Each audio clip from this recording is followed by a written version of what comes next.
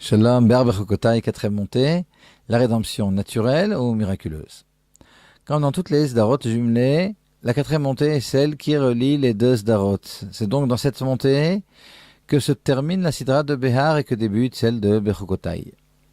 Cette seconde Sidra débute par la déclaration: si vous vous conduisez selon mes lois, si vous gardez mes préceptes et les exécutez, je vous donnerai les pluies en leur saison et la terre livrera son produit et l'arbre des champs donnera son fruit. L'arbre des champs donnera son fruit. On aurait pu penser qu'il s'agit de pommiers ou de poiriers. Or, Rashi, basé sur le Midrash, explique qu'il s'agit d'arbres non fruitiers qui donneront dans le futur aussi des fruits. Cette exégèse semble apparemment contredire l'avis du Rambam selon lequel la seule différence entre notre époque et l'époque messianique tient à la dépendance d'Israël aux nations qui disparaîtra totalement. Alors il en ressort que le Rambam envisage une rédemption naturelle sans miracle, alors que d'après Rashi il y aura des miracles. Alors est-ce que ces avis sont réellement contradictoires? Alors non, pour deux raisons. On peut finalement expliquer ça de deux façons. Et ces deux façons sont vraies, toutes les deux.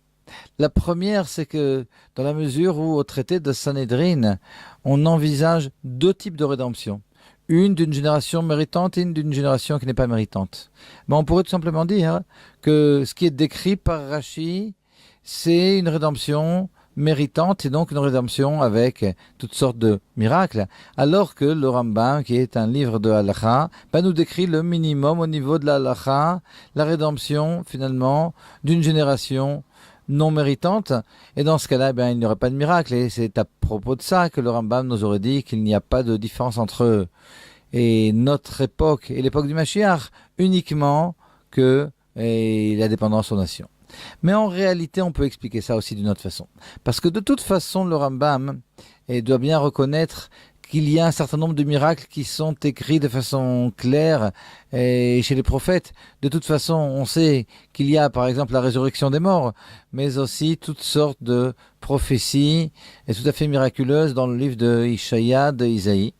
Et dans ce cas-là, tout simplement, le Rambam aurait décrit une rédemption, la première phase de la rédemption.